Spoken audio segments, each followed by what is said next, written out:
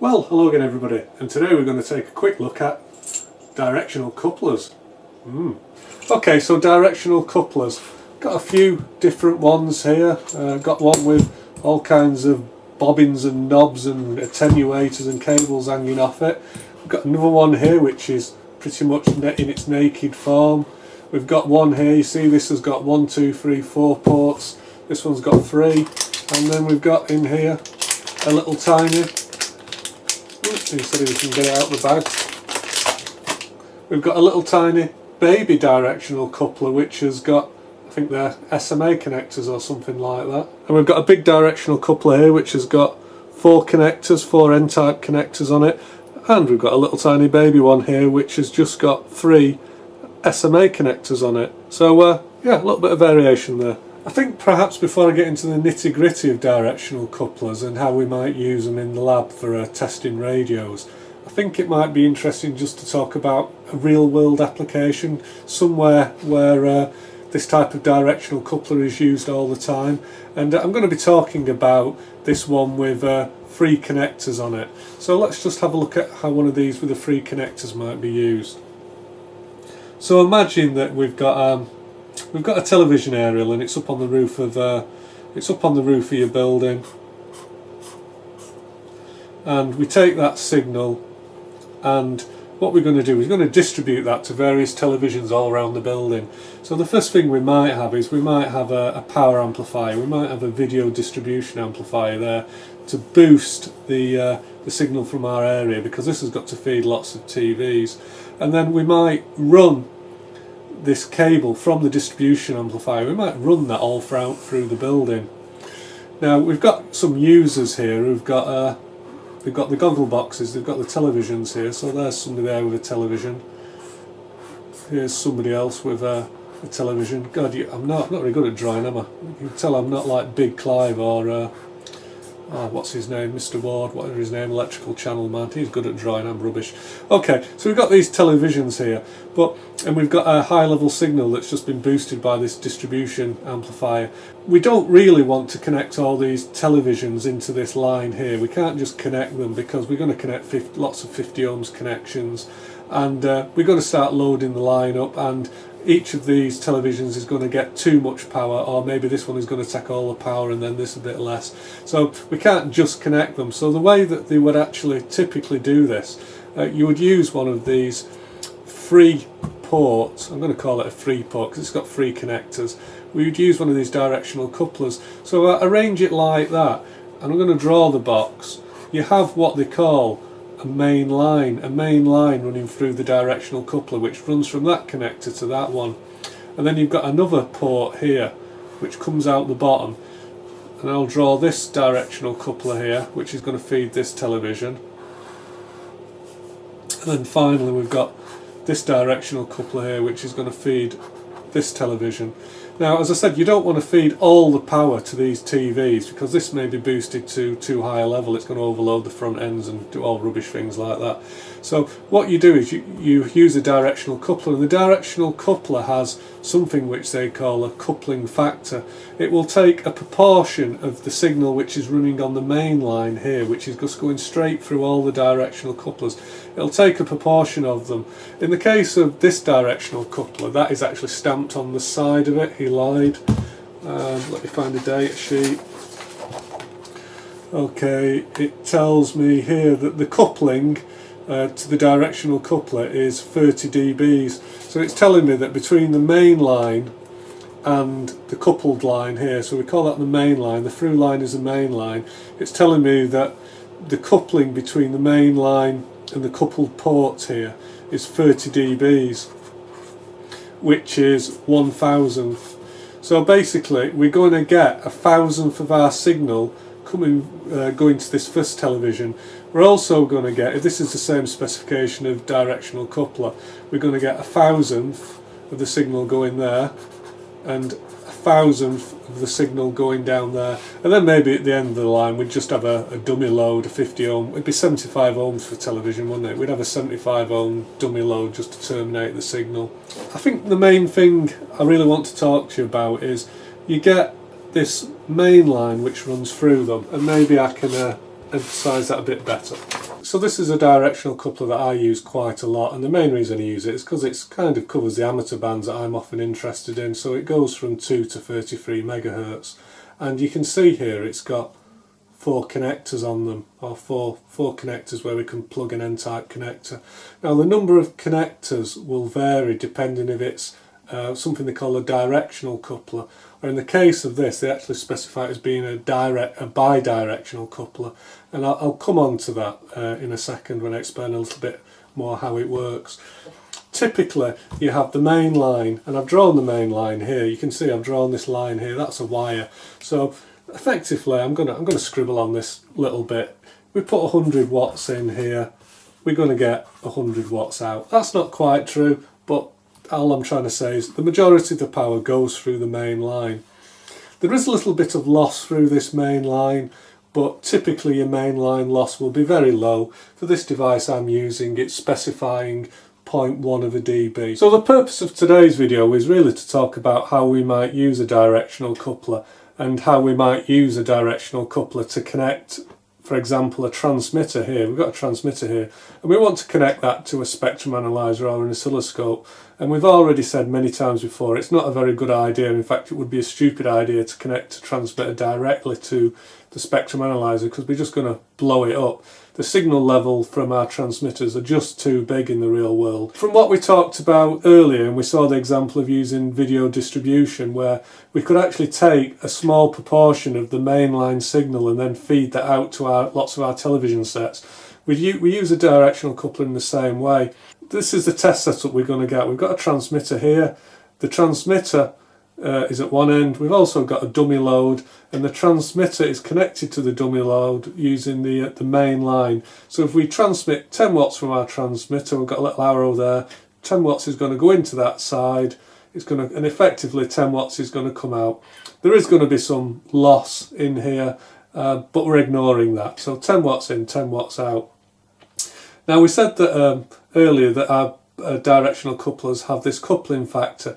Now in the case of the one I happen to use, it's 30 dB.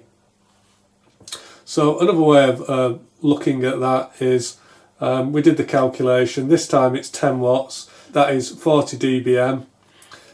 It means that out of this side here we're only going to get 10 dBm. Another way to say 10 dBm is 10 milliwatts.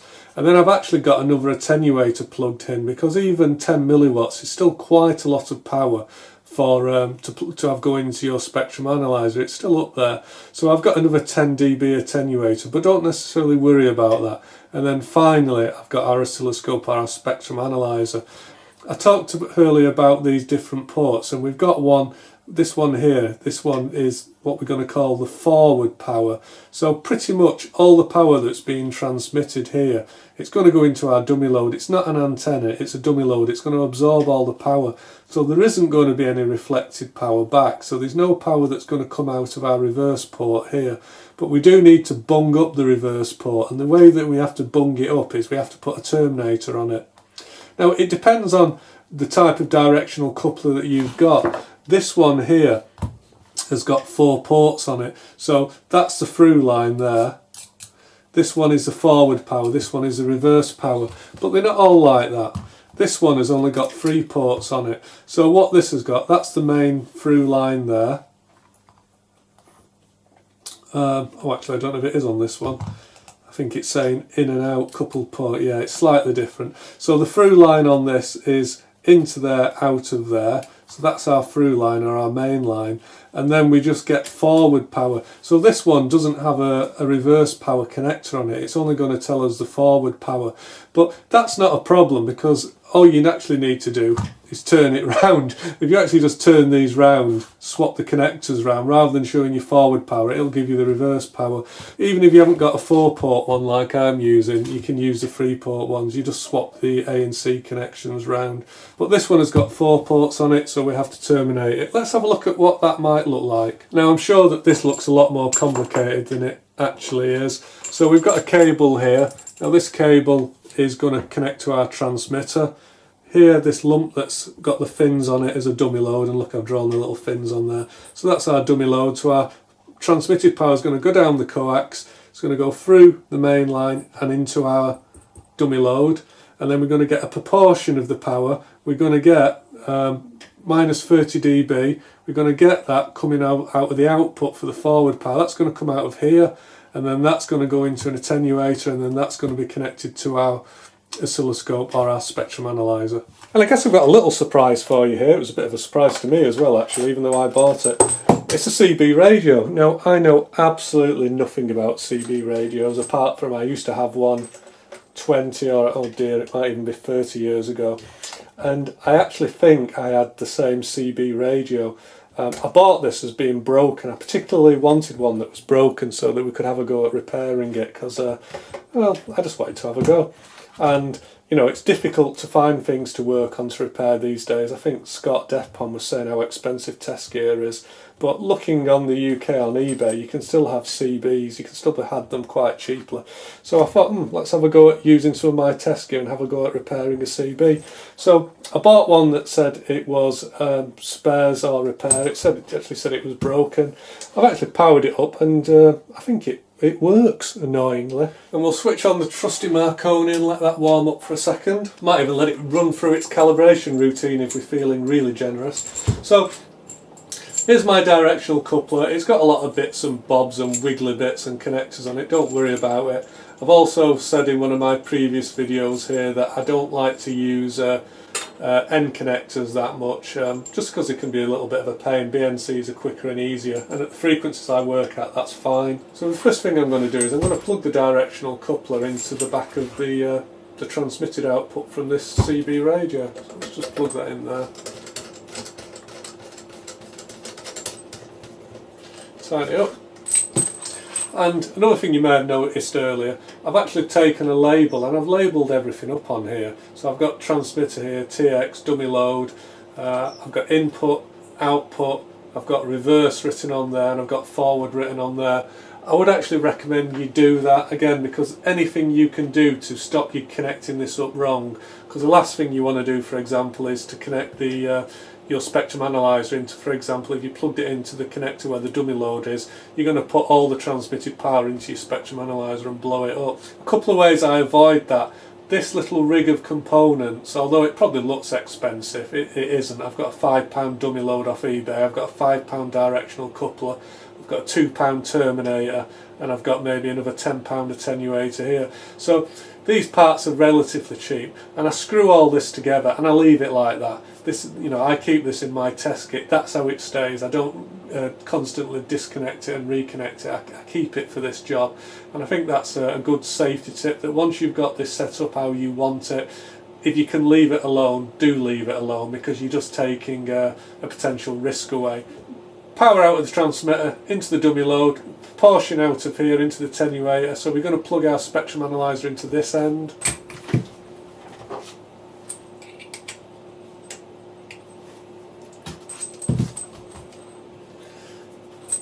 And I guess I need some power now, don't I? Need some power.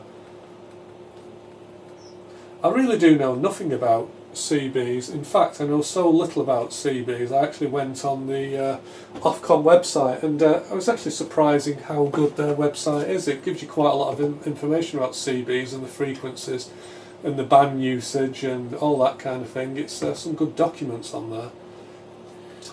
And I had to read them because I don't even know what frequencies CBs work on. You know, that's how little I know about them. Have I got that right? Yeah, red to red, black to black. And I've got the power set to, I've got it set to 12.6. A lot of transceiver tests and things like that are carried out. I think it's 13.2 volts, so I'm just going to increase the power a bit. Okay, 13.2. The radio's got the squelch on it at the moment. We can take the squelch off. So it's receiving something. Well, static. That's the first thing I noticed about these CBs, actually.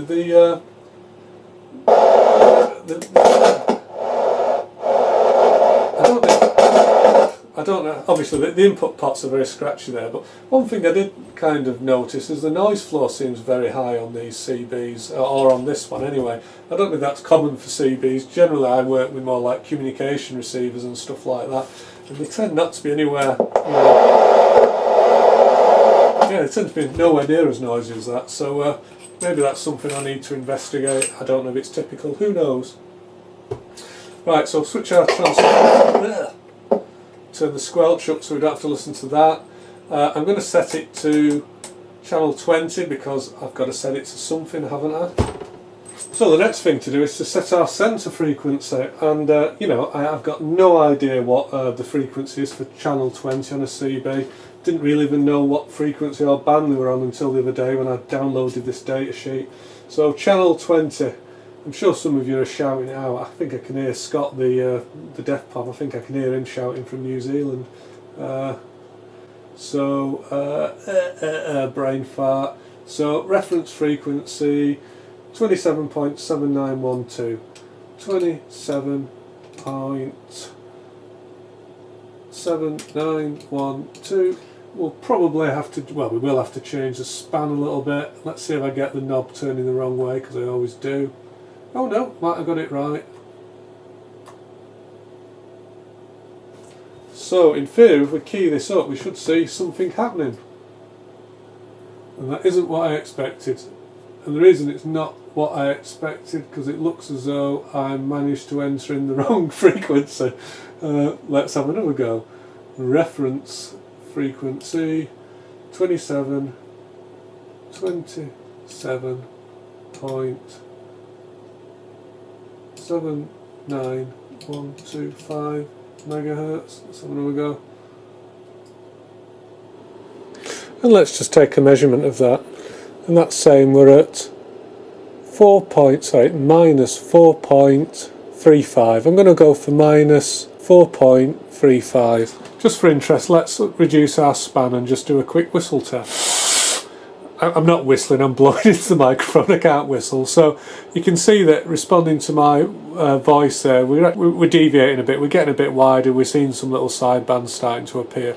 Let's just go back to 10 kilohertz per division. We should be able to step through some of the frequencies now. So let's go up a channel, up another. So we'll shift into the right as we increase frequency. Let's go back to 20. Back to centre frequency. Channel 19. Channel 18. Channel 17. 16 and 15 and back to 20. Okay, so our transmitter does appear to be doing something, it does appear to be working.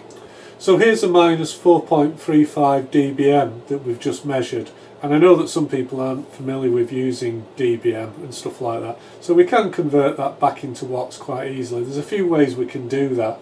You can use a calculator, you can use a lookup sheet, a chart, or the easiest way is actually to just use one of the DBM converters that you can find on the internet. So that's the easiest way to do it. But if you've got a calculator, the way that we convert dBm into milliwatts is fairly straightforward. So need to type in minus 4.35, so 4.35, choose the minus button. We're going to divide that by 10, and then we're going to take the anti-log. Where's the anti-log button? There. And that says 0.36, and that's actually, because of the divided by 10 there, that's 0.36 milliwatts. So that's what the front end of our spectrum analyzer was seeing, and absolutely fine at that kind of power level. We're never going to do any damage, we can run that all day absolutely fine. But what does this 0.36 milliwatts mean in terms of our actual transmitted power from our radio? Because hopefully our radio was outputting a lot more than that. But these are attenuators, and the coupling factor of minus 30 dB and this minus 10 dB attenuation, you know, hopefully they've done their job. So we've got 10 dB attenuation here, so just write that down, and we've got another 30 dB of attenuation here. So when we're talking about power, of course, another way of saying 40 dB is actually 10,000. So all we've got to do is we've got to multiply our 0.36 milliwatts by 10,000. And if we do that, we get 3.6 watts. So back in the day, before I had all my RF sniffers and through line attenuators and you know, all the hardware, I actually bought this directional coupler. It's one of the first bits I actually happened to buy, and for other reasons that I found one at a radio hamfest. And I've used it quite a lot for this type of thing. And I guess the main reason you use it is, my answer is that, you know, if you've only got a hammer, every problem's a nail. Now, I've not seen anybody else actually really using directional couplers on other internet videos. I haven't seen people using them to reduce the power going into their test gear. They're more commonly used for things like matching antennas, and I'm going to take a quick look at that application as well. I don't know if I'd really believe me on this, whether or not it is a valid use to use directional couplers for plugging in test equipment. Certainly in the real world it's used a lot in video distribution and stuff like that for feeding, you know, just a small proportion of the RF power. It is used commonly, but I did a little bit of a look round and you know, read various things online about test equipment and stuff like that, and I didn't actually see anybody using a directional coupler in this particular application. So I don't know if it's a way to do it or not, but it's the way I've done it, and I haven't blown up my spectrum analyzer yet. But like everything else, be careful. It's easy to get it wrong, and you'll probably only get it wrong once with your spectrum analyzer, and then you'll be buying another one. So again, be careful.